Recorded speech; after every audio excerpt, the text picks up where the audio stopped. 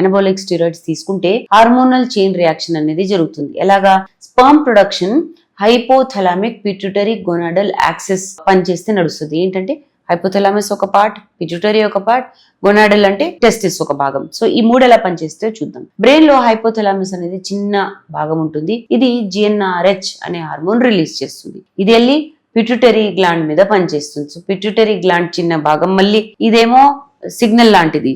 ఈ సిగ్నల్ వల్ల pituitary gland LH-FSH అనే హార్మోన్స్ రిలీజ్ చేస్తుంది. ఈ LH ఏం చేస్తుంది? టెస్టిస్ దగ్గర చేరి టెస్టోస్టిరోన్ అనే హార్మోన్ రిలీజ్ చేస్తుంది. FSH ఏమో చాలా ఇంపార్టెంట్ స్పర్మ్ ప్రొడక్షన్ కోసం. సో ఇవన్నీ బాగా పనిచేస్తేనే స్పర్మ్ ప్రొడక్షన్ జరుగుతుందన్నమాట. ఈ అనబాలిక్ స్టీరాయిడ్స్ తీసుకున్నప్పుడు ఏమవుతుందంటే మీ బాడీలో ఎక్స్టర్నల్ టెస్టోస్టిరోన్ చాలా ఎక్కువైపోతుంది. సో మీ బ్రెయిన్ అనుకుంటుంది ఆల్రెడీ చాలా ఎక్కువైపోయింది, హైపోథలామస్ కి సిగ్నల్ ఇస్తుంది GnRH స్టాప్ చేయని ప్రొడక్షన్. దీనివల్ల పిట్యూటరీ కూడా LH-FSH అనే హార్మోన్ రిలీజ్ చేయడం మానేస్తుంది. దీనివల్ల ఏమవుతుంది? న్యాచురల్ టెస్టోస్టిరోన్ అనేది ప్రొడక్షన్ అవ్వదు టెస్టిస్ లో. సో స్పర్మ్ ప్రొడక్షన్ కూడా తగ్గిపోతుంది. అజూస్పర్మియా అనేది అవ్వడం అనబాలిక్ స్టీరాయిడ్ యూసేజ్ లో చాలా ఎక్కువ ఉంటుంది.